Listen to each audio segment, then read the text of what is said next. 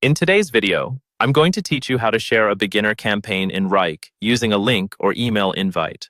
We'll walk through this step by step so you can confidently share a specific folder or project with teammates, clients, or stakeholders.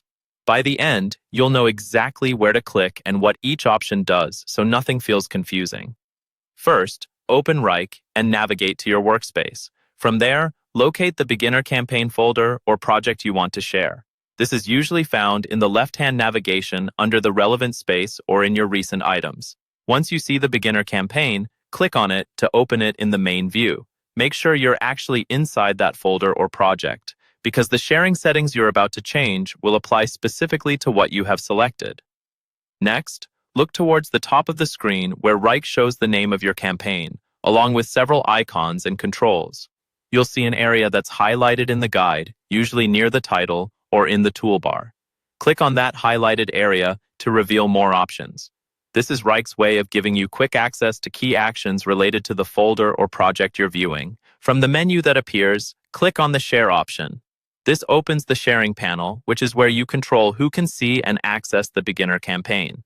The sharing panel is important because it lets you invite specific people, manage their permissions, and generate links for easy access. Inside the sharing panel, you'll see another highlighted area, often near the top or beside the list of people who already have access.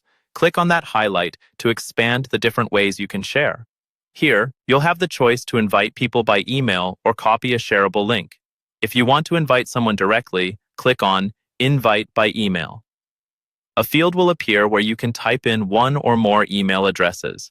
As you enter them, you can usually choose the access level, like whether they can only view the campaign or also edit it. Take a moment to set these permissions carefully so people get just the level of access they need. If you'd rather share through chat, a document, or another tool, click on the highlighted option that reveals the shareable link, then select Copy Link. Wrike will copy that link to your clipboard.